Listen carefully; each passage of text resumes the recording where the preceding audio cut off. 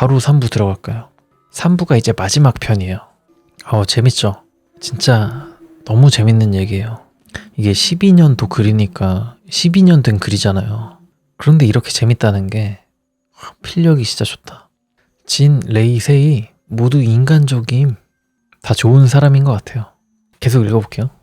꿈 중독, 걸린 이야기 3편 마지막 편입니다. 이거 맞구나. 쓰레주다. 한 달 가까이 접속하지 못한 것. 한 달 동안 기다리게 했다고 사람들을? 너무한데? 스마트폰이 없었고 시험 시즌이 겹쳐 있어서 올 엄두를 못 냈었어. 이제 와서 말해봐야 변명 같겠지만 얼마 전에서야 중고 노트북을 장만했어. 레스가 쓰레가 폭발적으로 달려있어서 쭉 훑어보고 검색도 해봤는데 의외로 많이 퍼져서 깜짝 놀랐다. 자작 논란이 일어난 건 당연하다고 생각해. 나라도 그렇게 생각했을 테니까. 굳이 믿어달라고 강요하진 않겠어. 다만 자작이라고 나를 깎아내리고 욕을 하지 말아 주었으면 좋겠다. 말투가 마음에 안 든다는 사람도 많이 있는데 뭐랄까 담담하게 얘기하려면 이런 글체가 적합하다고 생각했을 뿐이야. 글재주가 신필급은 아니라서 모두의 취향에 맞춰줄 수는 없으니까. 또 중간에 아이디와 말투가 바뀌었다고 해서 하는 말인데 진에게 혼난 부분까지 전부 내가 쓴 게 맞아. 아이디는 자정을 기준으로 자동으로 바뀌니까 내가 말할 건 없고 말투는 그날그날 쓸 때 기분에 따라 조금씩 바뀌는 것일 뿐이야. 혹여나 누가 날 사칭한다면 인증코드를 요구해. 그리고 2차 창작이 이것도 뭐 다 된다고 하네요. 쿨한 말투 보소. 나는 진한테 내가 생각했던 것을 빌다시피 말했어. 염치 없는 줄 알지만 한 번만 부탁을 들어주면 안 되겠느냐고. 정우영과 내가 살만한 아주 작은 섬을 다른 곳과 교류하지 못하게 멀리 만들어주면 안 되겠느냐고 빌었다. 다시는 그곳에서 나오지 않겠다고 빌었다. 하지만 돌아온 반응은 차갑기 그지없었다. 그러네요. 정신을 못 차렸어. 아직도. 지는 나보고 아직도 정신을 못 차렸느냐고 심하게 화를 냈어. 그러면서 생각이 짧다는 말도 했던 것 같다. 정말 만들어주면 그 안에서 행복할 수 있을 것 같냐면서. 진짜 몸이 남아있는 사람과 갇힌 자라는 구성으로는 절대 안 된다고. 그 말을 듣고 생각했던 건 정말 순간이지만 나도 정호연처럼 갇힌 자가 되기 위한 시도를 해버릴까 였다. 한마디로 자살을 해볼까 이런 생각을 한 거네요. 정신이 거의 뭐 나갔다고 봐도 무방한 거지. 하지만 난 그 정도로 그가 좋았었어. 그래서 무슨 일이 일어나도 탓하지 않고 내가 다 책임질 테니까 섬을 따로 만들어 달라고도 했어. 내가 하도 간절하게 부탁해서였는지 세 사람은 결국 내 부탁을 들어주기로 결정했다. 시간이 좀 걸리긴 했지만 정말 기뻤지만 동시에 안심이 되면서 세 사람에게 미안해졌지. 아주 먼 곳에서 솟아오르는 아담한 섬을 보면서 이번에는 어떻게든 잘 되지 않을까 하고 낙관적으로 생각했어. 지금 돌이켜보면 정말 바보 같을 정도로 단순한 생각이었지. 근데 이거를 하게 해주네. 다른 사람들이 위치를 보면 안 되었기에 섬 주변을 안개로 뒤덮고 나서야 작업이 시작됐었어. 위치는 스카이블루 뒤쪽이었어. 스카이블루 주변의 회오리 때문에 미스틱이나 스카이 그린에서는 볼 수 없는 위치에 생성되었지. 내가 본 것 중에 가장 작은 섬이었어. 스카이블루의 5분의 1도 되지 않는. 섬 주변에는 짙은 안개가 항상 끼어있게 되었다. 그래서 섬 이름은 안개꽃 섬이 되었어. 레이가 섬이 너무 심심하다며 안개꽃 나무를 중앙에 하나 만들어 놓고 가기도 했으니 적당한 이름이었지. 레이 너무 착하다. 현실의 안개꽃은 나무라기보다는 덤불 같은 느낌이지만 이건 벚꽃나무처럼 거대한 나무에 안개꽃이 항상 만개해 있었어. 아주 예뻤지. 그렇게 안개꽃 섬에 나와 정우연 둘이 남았어. 나는 이번에야말로 옛날처럼 낙원을 즐기며 살겠노라고 정호연과 맹세했고 섬을 꾸미기 시작했어. 둘뿐이었지만 스카이블루를 한참 꾸밀 때 생각이 나서 많이 즐거웠지. 여름방학을 그걸로 날려버렸던 것 같아. 그럼 이제 학교 다시 나가야 될 때는 정호연이 혼자인 시간이 엄청 길겠다. 2학기가 시작될 즈음엔 섬 보수가 모두 완전히 끝나서 나와 그는 꽤 그럴싸한 오두막집을 짓고 잘 살고 있었어. 진, 레이, 세이는 약속했던 대로 한 번도 모습을 드러내지 않았고 다른 섬의 소식도 들을 수 없었지. 궁금하긴 했지만 별로 알고 싶은 마음은 없었어. 나나 정호연이나. 정호연은 다시 한가롭게 새와 노는 취미를 들였어. 난 그가 옛날로 돌아온 것 같아 정말 기뻤지. 섬 주변에 안개가 짙게 껴있긴 했지만 섬 전체로 퍼진 게 아니라 회오리처럼 안개의 원형 벽이 섬 주변을 감싼 형태라 섬의 날씨 자체는 매우 맑았었어. 태풍의 눈에 있는 느낌이네요. 우린 우유나 차를 마시고 서로 새로운 요리를 연구하기도 하고 옷을 만들어 보기도 하고 정말 즐거운 시간을 보냈었지. 그러던 중에 내가 감기에 걸려서 이틀 정도 꿈을 꾸지 못했어. 흔한 환절기 감기였어. 그런데 평소에 내가 건강이 약해서 좀 심하게 앓았었어. 가족들 말로는 내가 잠꼬대로 정호연이라는 이름을 엄청 크게 외친 적도 있었다고 하더라고. 그래서 정호연이 누구냐는 질문 공세도 받았지. 뭐 드라마에 나오는 인물이라는 식으로 얼버무렸었지만 감기가 다 낫고 나서 다시 섬에 들어갔는데 집에 들어간 내가 본 건 울고 있는 정호연이었어. 정말 놀랐지. 어디 다치거나 아픈 게 아닐까 했지만 그건 아니었어. 그는 나를 꼭 끌어안으면서 정말 보고 싶었다고 했어. 나에게는 2, 3일이었지만 그에게는 일주일이 넘는 시간이었던 거야. 갑자기 일주일이 넘도록 내가 안 보였으니 얼마나 초조했을까 싶었어. 난 그를 끌어안고 감기에 걸려서 못 왔었다고 설명했어. 그는 앞으로 못 올 것 같으면 되도록 말이라도 해주라고 했지만 솔직히 그럴 수 있는 상황은 거의 없었어. 왜냐면 나는 그때도 지금까지도 그 꿈에 들어가는 방법은 모르니까. 그냥 잠을 자면 그 꿈을 꾸었을 뿐이었으니까. 이게 어쩔 수 없죠, 이거는. 그냥 비극이지. 물론 난 그것까지 솔직하게 말해줬어. 꿈에 들어올지 아닐지 내 스스로 결정하는 게 아니라 말해주기 힘들다고. 하지만 인위적으로 밤을 새거나 할 때는 꼭 말해주겠다고. 불안한 얼굴로 고개를 끄덕이던 모습이 아직도 선해. 진짜 감옥이야. 글쓴이가 안 들어오면 정호연은 한 3일 동안 혼자잖아. 이런 미친. 그는 그 이후로 조금씩 변하기 시작했어. 내가 조금만 옆에 없어도 허둥지둥하며 눈에 띄게 평정심을 잃고 날 찾아다니기 시작했어. 분리불안이 왔네요. 그리고 날 찾으면 꽉 끌어안으면서 언제라도 소리 없이 사라져버릴 것 같다고 끊임없이 말했지. 그런 그를 나는 위로했고 나는 그게 일시적인 후유증일 거라고 생각하고 앞으로 괜찮아질 거라고 가볍게 생각을 했었는데 그렇지 않았어. 그는 점점 더 불안 증세가 심해졌어. 내가 아무리 심한 중독자라고는 해도 현실에서 깨어있는 시간이 있었기에 섬에 없을 때가 더 많았는데 그걸 못 견뎌하기 시작한 거야. 처음에는 이해할 수 없었어. 스카이블루에서는 나 없이 혼자 숨어서 열악하게 살았는데도 그런 증세 따위는 보이지 않았으니까. 다른 곳에 원인이 있나 생각해봤지만 짚히는 것도 없었고 그때의 나는 하루 10시간에서 12시간 정도를 잤어. 섬에 없는 때가 길면 7, 8일, 짧으면 3, 4일 정도.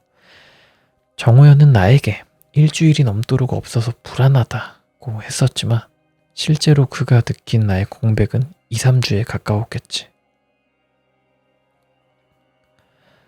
그저 혼자니까 그냥. 극한의 혼자. 나는 어떻게든 그를 원래대로 돌리고 싶었어. 그래서 현실에 있을 때면 이야기거리를 많이 끌어모았지. 관심도 없었던 영화나 연예계 이야기부터 시작해서 학교 소식도 귀담아 듣기 시작했어. 그리고 내가 없을 동안 미치도록 외로웠을 그에게 최대한 재밌게 이야기를 해주었어.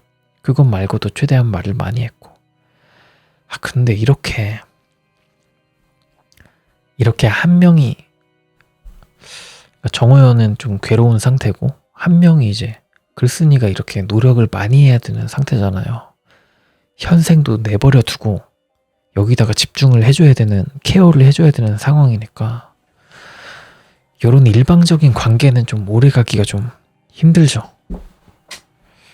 곧 안 좋은 일이 생길 것 같습니다. 그래도 그는 나아지지 않았어. 내가 깨어날 시간이 될 때마다 그는 나를 몸이 바스러지게 끌어안았어. 그런다고 잠이 깨지 않는 건 아니지만 다시 섬에 갔을 때 그는 항상 울거나 좌절하고 있었어. 그가 했던 말 중 하나가 아직도 기억에 남아. 1초 전까지만 해도 따뜻하게 꽉 차있던 품이 갑자기 비고 찬바람이 들어오면 정말 죽어버릴 정도로 슬프다고. 그러네. 이렇게 안고 있다가 갑자기 사라지는 거 아니야. 급기야 그는 후회를 하기 시작했어. 자신이 어째서 갇힌 자가 되길 선택했는지. 과거의 자신이 너무 원망스럽다며 통곡을 한 적도 있었지. 나는 그에게 더 해줄 수 있는 말도 해줄 수 있는 것도 없었어. 그는 울면서 나한테 말했었어. 그렇게 싫어서 세상을 버렸는데 내 얘기를 듣다 보니 다시 그리워진다고. 그 지긋지긋했던 곳이 그리워지는 기분은 이루 말로 할 수 없이 끔찍하다고. 이해는 했지만 결코 동감은 할 수 없는 이야기였고 나는 거기서 거대한 벽을 느꼈어. 꿈에 들어오면 현실에 대한 생각이 잘 떠오르지 않기 때문에 현실의 얘기를 어떻게든 떠올려서 하는 건 굉장한 곤욕이었어. 근데 그 결과가 이렇게 돌아온 걸 보니 나도 정말 미칠 것 같았어. 정호연은 섬에 있을 땐 이제 한시도 내 곁에서 떨어지지 않았어. 진짜 그렇겠다. 내가 잠시 혼자 산책을 한다거나 잠깐 물을 떠오는 것조차 용납하지 못했어. 사라질 것 같다면서. 같이 있을 땐 너무나도 좋고 친절한 변함없는 정호연이었지만 조금이라도 그의 눈에 안 보이면 돌변해서 나에게 화를 냈어. 그가 변해가는 걸 나는 매일매일 실시간으로 보아야 했고 솔직히 짜증나고 화도 나고 괴로웠고 내가 왜 이래야 하나 하는 생각이 안 든 건 아니었어.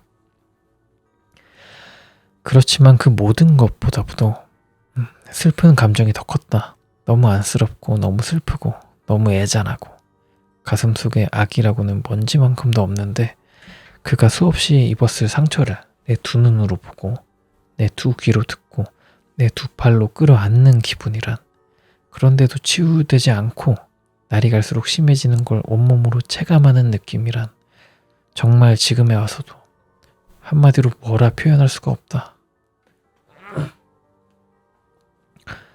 헐, 일단 오늘은 여기까지 할게. 내일 저녁에 들어올 수 있으면 또 올게. 여긴 좀 바로 돌아왔네요. 안타까워 미쳐버릴 것 같은 날이 계속 지나고 있었어. 나도 최대한 그의 곁에 있어주고 싶어서 휴일이 되면 거의 하루 종일 잠만 잤다. 그는 내 건강에 대해 걱정하면서도 매우 좋아했어. 나는 이게 최선일까? 하고 매일매일 고민했지. 진지하게 나도 갇힌 자가 되기 위해 시도해볼까? 그런 생각이 들기 시작했어. 아이고. 그죠. 채팅에 한 사람은 집착이 되고 한 사람은 그 감정을 이해하는 데 지쳐가고 완전 비극이죠. 둘 다 이해가 됩니다. 나는 인터넷으로 자살하는 방법이라던가 뭐 이딴 거나 치고 있었고 현실에서 누군가 날 도와주지 않을까 해서 인터넷 지인들한테 비슷하게 얘기를 꺼내봤지만 별로 도움은 되지 않았고 오히려 중2병 취급을 받았어. 그러는 동안에 가을이 되어갔고 정우현은 점점 증세가 심해져서 심지어는 자해를 하기 시작했어. 처음 알아차린 것은 10월 초였던 것 같아. 새들이 놀라서 푸드덕대고 있었고 그 한가운데에서 정우현이 끝이 뾰족한 돌로 자기 팔을 긁어대고 있었지. 나는 정말 기절할 듯이 놀라서 그를 뜯어 말렸어. 안정된 후에 정우현은 내게 말했어. 이렇게라도 하지 않으면 내가 없는 시간을 버틸 수가 없다고. 나는 해줄 수 있는 것이 없었어. 그저 그를 끌어안았을 뿐. 그렇게 며칠이 지나고 정말 문득 수면제를 보다가 한 생각이 떠올랐어. 수면에 관한 생각이. 뭘까요? 뭘까? 모르겠어. 예상이 안 되는데.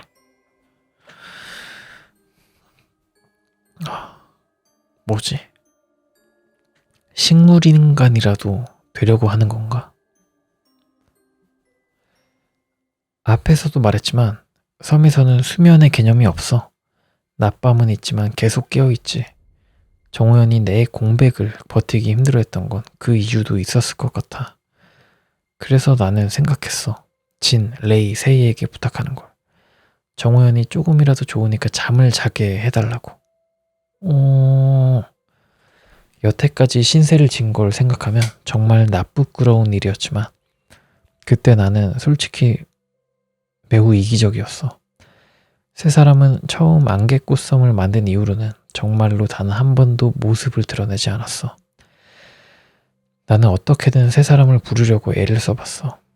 간원의 힘을 있는 대로 끌어올려서 파도를 일으켰지만 안개의 벽에 부딪히자마자 쓰러져 버렸고 소리를 아무리 질러도 그 밖으로는 나가지 않았어. 당연하지만 헤엄을 쳐서도 나갈 수 없었고 이럴 거면 이탈 시도를 하지 말라는 따위의 말은 왜 했는지 원망스러웠다. 정우현도 내 설명을 듣고는 수긍했어. 잠을 잘 수 있다면 한결 낫겠지 하고. 하지만 세 사람은 우리가 무슨 짓을 해도 나타나지 않았어. 그렇게 한 사나흘쯤 지났던가? 꿈에 진입했는데 정우현이 보이질 않았어. 불안한 느낌에 미친 듯이 섬을 뒤지던 나는 뭔가에 홀린 듯이 안개꽃 나무가 있는 중앙으로 갔어. 거기에 정우현이 쓰러져 있었고 그토록 불러도 오지 않았던 세 사람도 있었다.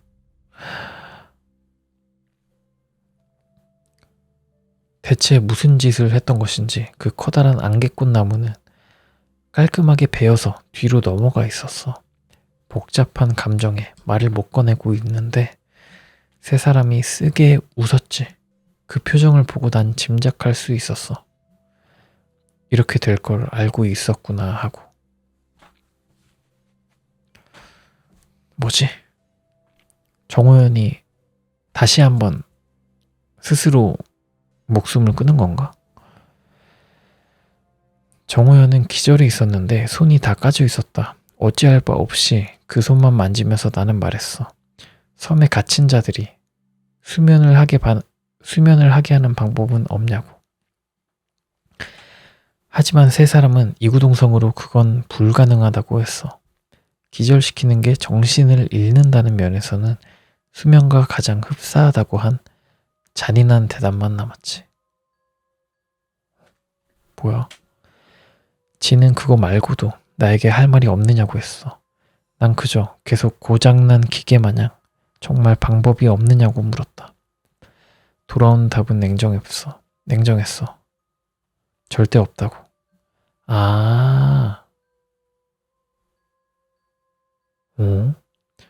목을 매달았는데 나무를 베어서 그걸 막은 듯? 진짜 그건가?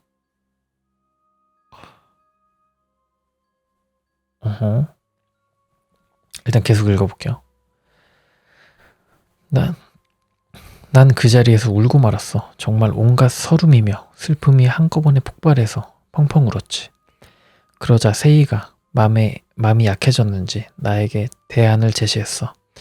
수면은 불가능하지만 정신을 잃게는 할 수 있으니까 자기가 이 섬에 남아서 내가 나갈 때마다 정호연을 가사 상태로 만들어 놓는 건 어떻겠느냐고. 어? 그것 말고는 더 좋은 방법이 떠오르지 않아 나는 일단 허락했어.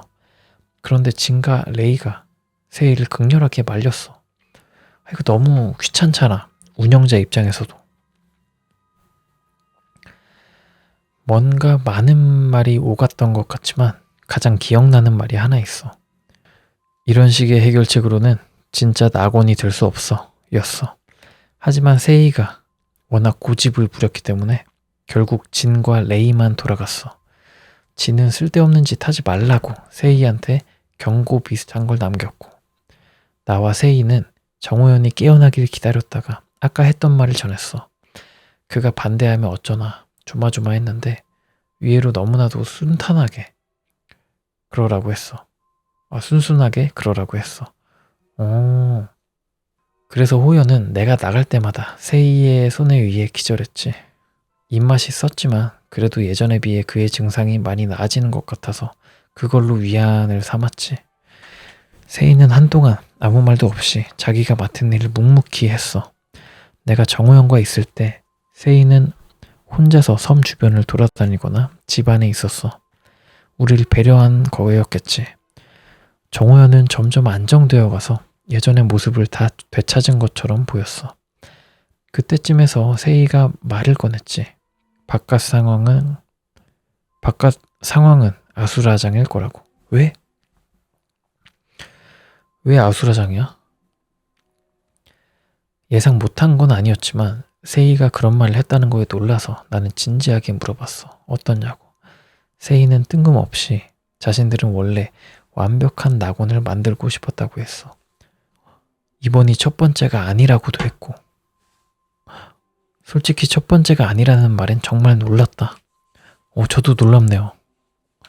첫 번째가 아니었구나. 나 이전에도 섬이 있었고 사람들이 있었다는 생각을 하니까 기분이 묘했지.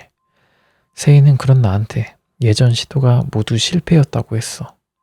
난 물어봤지. 그럼 실패한 낙원은 어떻게 되냐고.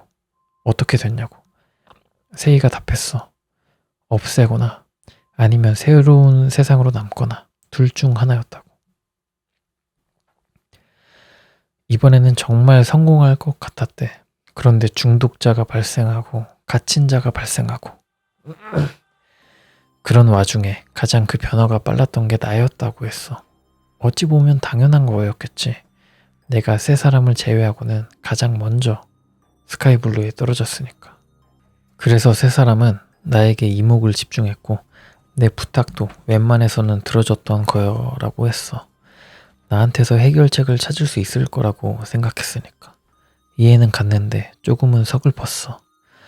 내 부탁을 들어줬던 이유에 단순한 호의만이 아니라 계산적인 생각이 섞여 있었으니까. 너무 안일했던 걸까? 난 다시 물어봤었어. 그래서 나한테서 해결책을 찾았느냐고. 세이는 모르겠다고 했어. 찾은 것 같다 싶으면 또 다른 문제가 발생했기 때문에 부정할 수가 없었기에 난 그저 어색하게 웃을 수밖에 없었지. 세이는 그 후로 다른 섬 이야기를 해주었어. 먼저 스카이그린도 중독자가 무수히 생겨났다고 했어. 진이 임시 방편으로 며칠이 지나면 강제로 추방해버리는 방법을 썼는데 그렇게 하자 갇힌 자가 갑자기 급증해버렸다고. 진은 너무 놀라서 추방을 그만두었다고 했지.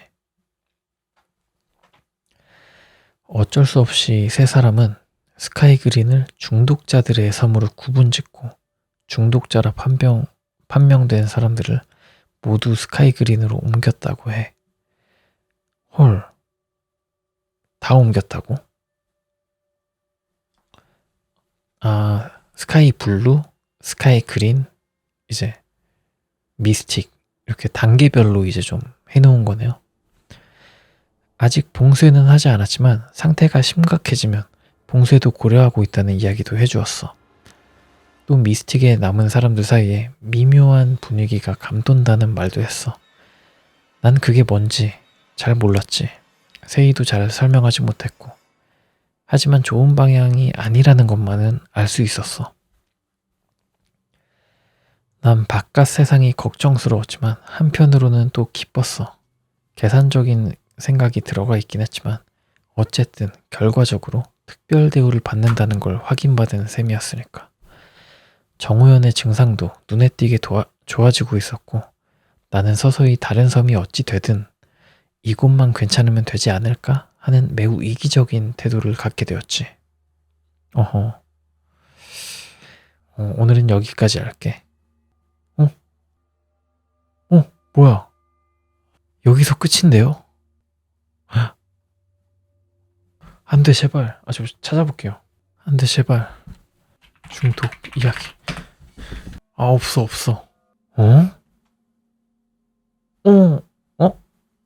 뭐야?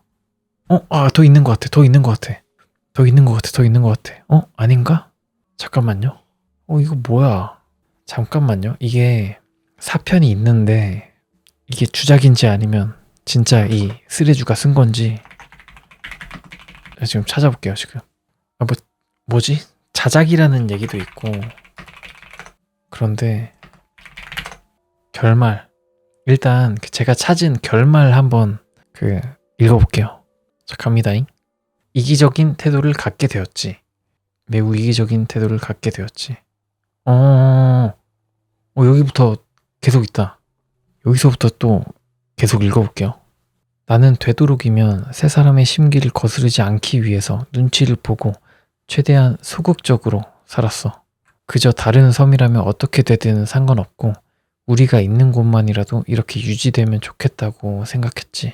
하지만 세 사람은 그런 내 태도까지도 꿰뚫어보고 있었는지 얼마 뒤에 나와 정호연한테 안개꽃섬을 떠나라고 요구했다. 밤마다 기절시키는 건 원한다면 해주겠지만 사람이 없는 곳에 있을 때만이라는 조건을 붙이더라. 다른 사람이 눈치채면 안 되니까. 물론 나는 세 사람한테 이유를 물어봤어. 나한테 이런 식으로 특별 대접을 하는 걸. 다른 사람이 알기라도 하는 날에는 완전히 끝장이 날 거라고 하더라. 그쵸, 너무 특별 대우를 많이 해주긴 했어. 그리고 이미 스카이블루 주민들은 나와 정호연이 그곳에서 사라진 뒤 둘만이 특별한 곳에 있다는 사실을 한치의 의심도 없이 믿고 있었다고 해. 더 이상 감추기가 힘들어지고 있는 상황이었던 거야. 그야 그렇겠지. 나는 스카이그린을 만들 당시 땅을 띄운 사람이었고 최초의 세 사람을 제외하곤 가장 먼저 이곳에 왔으니까 그냥 쫓겨났을 거라고 생각하진 않았겠지. 결국 나와 정호연은 안개꽃섬을 떠나 미스틱으로 몰래 들어왔다. 원래는 스카이그린으로 갈 예정이었지만 진한테 부탁해서 며칠 동안 둘러보겠다는 허락을 받았지. 진은 나에게 혹시나 해결책이 생각난다면 알려달라고 말하면서 보내줬어. 오랜만에 온 미스틱은 얼핏 보기에는 처음과 다를 것이 없어 보였어. 그렇지만 사람들을 만나자 뭔가 이상하다는 느낌을 받을 수 있었지. 사람들은 예전처럼 서로 가리지 않고 놀던 그 모습이 아니었어. 커플이야 그렇다 치고 몇 명 단위로 뭉쳐서 몰려다니며 다른 무리와는 절대 어울리지 않는 모습이 몹시 이질적이었지. 미스틱의 주민들은 비교적 최근에 온 사람들이었기 때문에 나와 정우연을 아예 모르거나 안다고 해도 대충 그런 사람이 있구나 하는 정도였어. 때문에 나와 정우연은 심한 경계의 눈빛을 받았어. 나와 정우연은 어쩔 수 없이 당분간 못 왔다가 오랜만에 왔다는 식으로 약간의 거짓말을 할 수밖에 없었다. 그래도 사람들은 경계심을 쉽게 풀지를 않더라고. 한참 뒤에 진에게서 겨우 얘기를 들을 수 있었어. 미스틱에서 갇힌 자 혹은 중독자가 된 사람들이 점차적으로 신경질적으로 변해가서 난동을 부리는 바람에 미스틱 사람들이 낯선 사람에 대해 경계심을 가진 것 같다고. 무리지어서 다니는 것에 대해서는. 중독자 사건이 빈번히 일어나자 미스틱 주민들이 자발적으로 무리를 짓고 그 안에서 나오는 중독자를 빠르게 발견해서 진에게 알리는 형태가 성립되었다더라. 하지만 그럼에도 불구하고 중독자는 빠르게 증가하고 있었어. 내가 그곳에서 있던 불과 며칠 사이에 서너 명의 중독자를 보았으니까. 미스틱의 사람들은 미스틱의 환경과 주어진 조건을 즐기면서도 항상 불안해했어. 자기 무리 중에서 중독자가 나오지는 않을까, 혹은 자기 자신이 중독자가 되는 건 아닐까 하고, 그러면서도 굉장히 가식적이었다. 나와 정호연에게 앞에서는 웃으며 대하고 뒤에서는 중독자나 갇힌 자일 거라는 이야기를 하며 욕을 해댔지. 맞는 말이었지만 속은 쓰렸어. 해결책? 솔직히 이런 상황은 나도 처음이었고 너무 예상 밖으로 분위기가 심각해서 도무지 떠오르질 않았어.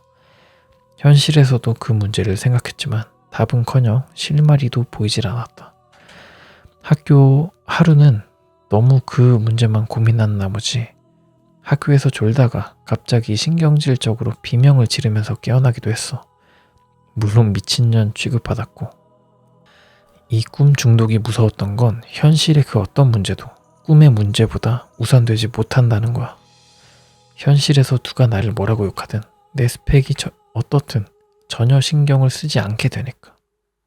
하루 종일 미스틱의 문제를 어떻게 해야 할지만 생각했어. 학교에서 내 평판은 진짜 밑바닥이었어. 때문에 조언을 구할 사람도 없었고, 하지만 나 혼자서는 도무지 해결책이 생각나질 않았고, 정호연도 나름 여러모로 사람들을 관찰하며 궁리하고 있었지만 당최 길이 보이질 않는 상황이었어. 결국 스카이그린으로 갈 때쯤에서 나는 답답한 마음에 이리저리 인터넷 카페를 정처 없이 돌아다니기 시작했어. 현실에서 어떻게 얼굴 마주보고 이런 얘기를 하겠어. 처음엔 별 기대 없었다. 그냥 헛소리로 치부해도 좋으니까 누구에게 털어놓고 싶었어. 익명 상담센터가 가장 먼저 눈에 띄었지만 뭐랄까, 사람이랑 대화한다는 느낌이 별로 없었어. 채팅으로 상담자랑 대화하는 서비스가 있는 곳에 가서 상담을 해보긴 했는데 저쪽에서 나를 정신병자 취급하는 게 확연히 느껴져서 중간에 그냥 나와버렸어. 그렇게 생각할 법하죠. 그냥 헛소리로 생각해도 괜찮은데 다 좋은데 대놓고 어쩌다 나한테 정신병자가 걸려서 아우 같은 그런 느낌이 모니터 너머로 느껴지는 건 참을 수가 없었어. 내가 너무 과민했던 것일지도 모르지만 당시에 느꼈던 상실감은 진짜 컸다. 그냥 조금이라도 진지하게 들어줄 사람이 필요했어. 그러기 위해선 익명성은 필수였고. 그러다가 우연하게 카페 하나를 들어가게 됐어. 별다른 건 없고 그냥 평범한 소설 카페 중 하나였어. 인증이 될지도 모르니 자세한 건 언급하지 않을게. 거기서 나는 C라는 사람을 만났어. C는 나보다 나이가 많은 여자였는데 평소에 오컬트나 자각몽에 관심이 많은 면모를 보였거든. 나는 카페를 돌아다니다가 그 사람이 쓴 글들을 우연히 봤고 이런 사람이라면 내 말을 조금쯤은 진지하게 들어주지 않을까. 적어도 미친 사람 취급을 대놓고 하진 않을 것 같은데 라는 생각에 C한테 위도적으로 가까이 접근해서 친밀하게 굴었어. C는 평소에 좀 잘 노는 애라고 해야 되나? 채팅방도 활발하고 사진도 자주 올리고 그런 사람이어서 나한테도 금방 친근하게 굴었어. 뭐라고 해야 될지, 카페 마당발이라고 해야 될지 그런 이미지인지라 내게 좀 더 여유가 있었다면 몇 달 시간을 두고 얘기를 천천히 꺼냈을 텐데 당시 나에게는 그런 여유 따윈 없었고 2주 정도밖에 안 지난 시점에서 다짜고짜 1대1 채팅을 걸었지. 물론 C는 응? 하면서 웬 1대1이야? 웬 채팅이야? 하는 반응이었고 난 최대한 진지하게 현실에서 일어났던 일은 최대한 배제하고 이러한 꿈을 계속 꾸는데 이런 상황이라서 괴롭다. 어떻게 하면 좋을까? 라는 식으로 말을 했어. 솔직히 말하면서 좀 무섭긴 했는데 후련한 게 더 컸다. C는 내 얘기를 처음부터 끝까지 다 들어줬어. 얘기 듣다 말고 화내면서 나가버릴까봐 조마조마했는데 C가 얘기를 다 듣고 나서 제일 처음 한 말은 딱 한마디였다. 그래봤자 꿈이잖아. 이거. 결국 거기서 뭘 하든 현실의 나는 죽지도 않고 다치지도 않으니까 내가 하고 싶은 걸 하라는 그런 답을 들었던 것 같다. 하지만 말이 쉽지. 상식적으로 꿈에서 자기가 꿈이라는 걸 자각하면 모든 것을 자기의 상상대로 할 수 있지만 이건 그게 안 되니까 그것까지 나는 C에게 말했다. C는 이리저리 헷갈리긴 했지만 아마도 내 꿈 이야기를 가상현실이랑 비슷한 얼개로 받아들인 것 같았어. 다행스럽게도 꽤 재밌어하는 반응을 보이더라. 역시 취향이 그쪽이라 그런지. 좀 VR 챗 느낌? C는 나한테 미스틱이 그렇다면 스카이그린의 분위기도 먼저 알려달라고 했어. 스카이그린으로 간 지 2주 정도 지났긴 했지만 미스틱에서의 분위기에 너무 지친 나머지 외곽에서만 쉬고 있던 탓에 나와 정호연은 당시 스카이그린의 분위기를 잘 파악하고 있지는 못했어. 나는 그러겠다고 답했고 곧 스카이그린에서 정호연에게 현실에서 있던 일을 털어놓으며 힘내서 돌아다녀 보자고 했지. 스카이그린의 분위기는 미스틱보다 한결 살벌했다. 미스틱은 적어도 겉으로는 웃고 친절하게 대했지. 여긴 대놓고 사납게 폭언을 퍼붓고 난동을 피웠거든.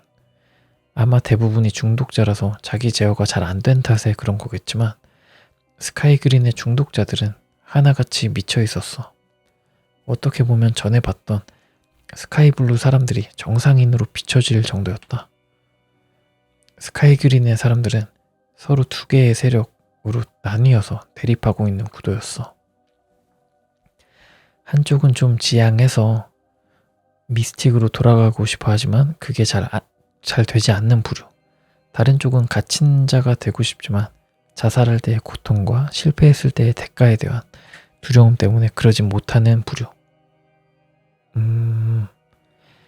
아예 섬 양쪽까지 마을로 갈라놓고 하루가 멀다 하고 싸우고 있었다. 하지만 나와 정호연의 입장에서는 한없이 동질감이 들면서도 또한 한없이 미친놈들처럼 보였어. 그 미묘한 기분이란 결국 두 쪽 다 자기가 원하는 곳으로 못 가서 미쳐버리는 사람들이니 그러다가 미스틱으로의 귀환을 원하는 사람들 쪽에서 갇힌 자가 나왔어. 나와 정호연은 물론이고 양쪽 사람들도 크게 당황했지. 미스틱으로의 귀환을 원하는 사람들 쪽에서 갇힌 자가 나올 줄은 생각도 못했거든. 물론 섬은 난리가 났어. 나와 정호연은 사람들과 레이에게 부탁해서 갇힌 자를 만나볼 수 있었어. 솔직히 누군지 궁금했고 평소에 미스틱 쪽 귀환을 원했는데 갇힌 자가 됐다는 건 뭔가 앞뒤가 안 맞는다고 생각해서였지. 갇힌 자는 서씨 성을 가진 나이든 여자였어. 물어보니 원래는 자제해서 미스틱 섬으로 가고 싶었는데 날이 갈수록 자기 제어가 불가능해졌다고. 그래서 결국 갇힌 자가 되는 길을 선택했다는 식으로 말하더라. 한숨밖에 안 나왔어. 어리석다고 말하고 싶었지만 그렇다고 이미 죽은 사람이 살아날 순 없었으니 말을 삼갔지. 어쨌든 갇힌 자는 스카이블루로 가야만 했어. 지는 예정대로 스카이블루를 여자로 보내려고 나를 잡았고 레이와 세이는 혹시 숨어있는 갇힌 자가 더 있나 하고 섬을 샅샅이 뒤졌어. 다행인지 불행인지 그 여자 이외에는 없었어. 진이 그 여자를 보내려는 걸 어떻게 알았는지 수많은 사람들이 진이 있는 해안가로 구경을 나왔어. 그리고 진과 여자가 모습을 드러내자 분위기가 심각하게 변질되기 시작했어. 미스틱으로의 귀환을 원하는 사람들은 좀 불안해할 뿐 크게 문제는 없었는데 스카이블루로 가고 싶어하는 사람들이 문제였어. 와, 왜? 지들도 가고 싶으면서. 그들은 여자와 귀환파 사람들을 위해 온갖 쌍욕을 퍼부었고 귀환파는 이제 미스틱 가고 싶어하는 사람들 얘기죠. 마침내 무력으로 시비를 거는 경우도 나타났어. 우리가 어떻게든 사람들을 통제하려고 했는데 역부족이었지. 섬에 온 뒤로 그런 광경은 처음이었어. 자세한 것까지는 기억이 안 나지만 그 사람들은 자기들도 가지 못하는 섬에 반대파 여자가 간다는 것에 대해 굉장히 민감하게 반응했던 것 같아. 그렇게 땀을 뻘뻘 흘리고 있는데 진이 갑자기 벼락같이 화를 냈어. 그렇게 가고 싶으면 가보라고. 그 사람들이 너희들을 반겨줄 것 같냐고. 그렇게 엄청 소리 지르면서 화를 내는 바람에 사람들이 일거에 조용해졌지. 그리고 진은 우리 모두가 보는 앞에서 스카이블루를 감싸고 있던 회오리를 없앴어. 탁한 바람이 사라지고 천천히 스카이블루의 모습이 드러났어. 멀리서 보기에는 예전과 전혀 다를 것이 없어 보였지. 사람들은 설마하니 일이 진짜 이렇게 될 줄은 몰랐는지 한동안 멍하니 있었던 걸로 기억해. 진이 여자를 바람으로 날려보내고 나서야 움직이기 시작했지. 갈 수 있게 해준 거네요, 진이. 하나같이 뭐라 말을 걸 새도 없이 바다로 뛰어들어 헤엄치기 시작했어. 나와 정우현은 뒤늦게서야 정신을 차리고 진을 향해 이게 무슨 짓이냐고 했어. 그렇지만 진은 아예 입을 다물어 버렸지. 아무런 말도 하지 않고 그는 레이와 세이를 데리고 어디론가 사라져 버렸어. 우리 둘은 어떻게 해야 할지 고민하다가 정우현은 남은 사람들을 돌보고 나는 스카이블루로 향하기로 했어. 정우현은 아무래도 스카이블루에서 좋지 않은 일이 많은 탓에 가기를 꺼려하더라고. 스카이블루에 가장 처음 도착해서 그린 것은 그립다라는 감정. 곧 예전에 보았던 하씨를 비롯한 다른 사람들이 몰려 나와서 나와 스카이 그린 사람들을 마주했지. 스카이블루 사람들은 분명 나를 알아봤을 텐데도 불구하고 모르는 척을 하더라고. 그리고 다음 스카이 그린 사람들을 보고 하씨가 한 말에 나는 내 귀를 의심했어. 어? 유령들이 침입했다고. 쫓아내라고. 죽이는 한이 있어도 쫓아내라고. 이게 무슨 소린지. 뭐야? 왜 그래? 판단할 시간은 많이 없었어. 스카이블루 사람들은 지체하지 않고 스카이그린 사람들을 향해 공격했어. 비단 능력뿐만이 아니라 원시적인 무기를 들고 덤벼들기도 꺼리지 않았지. 난 혼란스러웠어. 스카이그린 사람들은 아무리 죽여도 다음 날이면 다시 오는데 이게 무슨 짓일까 하고. 그때 하씨가 나한테 접근했어. 이후 쓸에 대해서 분란이 생겨 더 이상 쓸해주는 돌아오지 않았다고 하는데요. 아무튼 그 안이 난장판이 되고 끝이 났다. 일단 이 그 후기 같은 게 있는데요. 꿈중독 그 뒷이야기. 친구였긴 하지만 결론만 얘기하자면 그 쓸의 자작이다. 꿈중독 쓸해주를 꿈이라고 그냥 가칭으로 둘게. 난 컴퓨터도 잘 못 쓰고 스마트폰도 아니라 지인한테 이 얘기를 지금 들었어. 꿈중독 쓸의 내용은 나랑 꾸미가 계획한 소설이야. 엥? 아까 봤는데 거의 나랑 꾸미가 짰던 소설 내용이더라. 몇 가지 걔 마음대로 바꾼 부분이 있긴 한데 거의 소설 내용이랑 비슷하더라. 난 지금 고1이야. 꿈이랑은 절교한 지 1년 넘었고 꿈중독 쓸에 보니까 자신을 소설 속 주인공이라고 칭하고 쓴 것 같아. 혹시 그 내용에서 꿈이 나이 나온 적 있니? 소설 속에서 주인공 나이는 고3, 20살로 이어지는 나이로 설정했어. 전체적인 부분은 맞긴 한데 조금씩 다르게 바꿔놨더라. 꾸미가 쓴 스레에서 진, 세이, 레이 얘네 이름은 이게 아니라 린, 제이, 레이야. 레이와 제이는 쌍둥이라는 설정이었고 이 셋은 그 꿈속 세계의 창조자라는 설정이고 2년 전 중2 때 꿈이랑 나는 반 친구로 만났고 같은 글쟁이였던 우리 둘은 꿈속 세계라는 설정으로 소설을 짜갔어. 그게 바로 꿈 중독 쓰레야. 헐. 전체적인 꿈속 세계, 스카이블루 이런 건 꾸미가 구상하고 세세한 부분들은 내가 짜갔어. 꿈 중독 쓰레가 멈춘 이유는 나랑 꾸미가 완전히 절교하면서 소설을 더 이상 구상하지 못했기 때문일 거야. 거의 1년 전쯤에 절교했지만 그래도 같은 글쟁이이기도 하고 소설은 써야 되니까 조금씩 쓰고는 있었어. 그런데 11월쯤에 일이 있어서 완전히 연을 끊었고 그때 아마 쓰레가 멈췄을 거야. 그런 거였다고? 우리는 거의 사람도 몇 명 없고 거의 유령 같은 소설 사이트에다가 2화 정도만 올린 적도 있어. 물론 그 사이트는 사라졌어.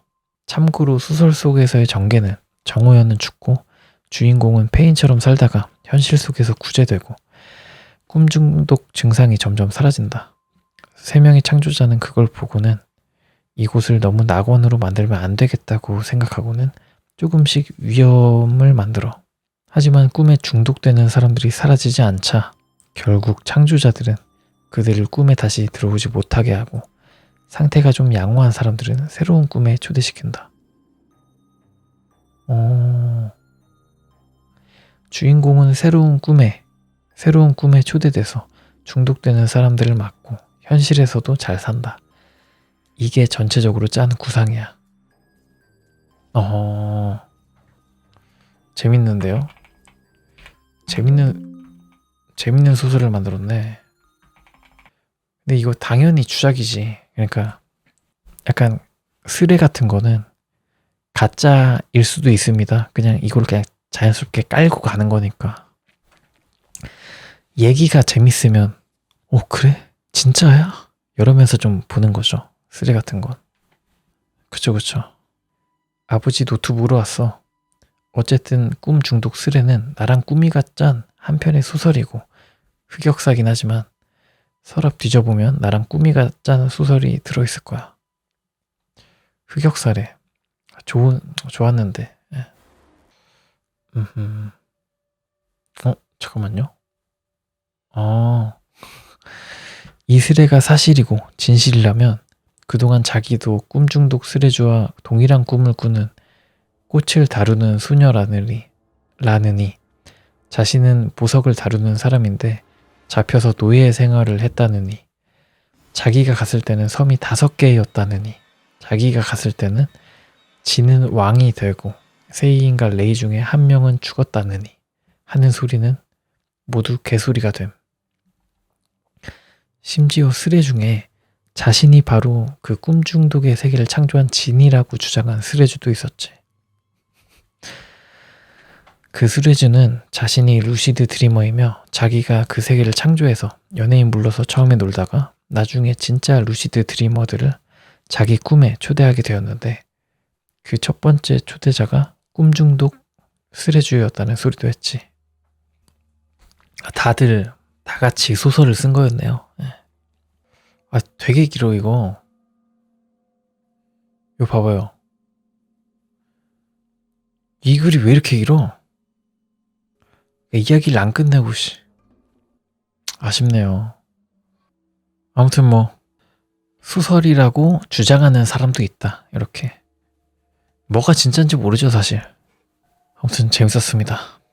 꿈 중독 얘기가 재미있었던 이유는 아무래도 주작이겠지만 꿈이라서 개연성이 약간 파괴가 돼도 그게 인정이 되잖아요. 왜냐면 꿈속에서 일어난 일이니까 어떤 일이 일어나도 그걸 바라보는 우리 입장에서는 그럴 수도 있겠다 라는 생각을 만드니까 애초에 이 세계관 자체가 약간 좀 설득력이 있는 세계관이라고 해야 되나? 재밌으니까 또 재밌게 읽었고 필력도 좋고 그리고 현실이 힘들면 이런 어떤 꿈속에 들어가서 살고 싶다 현실을 도피하고 싶다 이런 생각 많이 하잖아요. 그런 약간 욕구를 충족시켜줄 수 있는 그런 스레가 아니었나. 꿈 중독 걸린 이야기. 이렇게 오래 걸릴 줄 몰랐는데 아무튼 재밌었습니다. 저런 데가 있으면 재밌겠습니다. 근데 요즘은 또 그런 VR 챗 이런 거 있으니까 그런 걸로 하면 되겠죠. 루시드 드림보다는. 아무튼 재밌었습니다. 꿈 중독 걸린 이야기였습니다.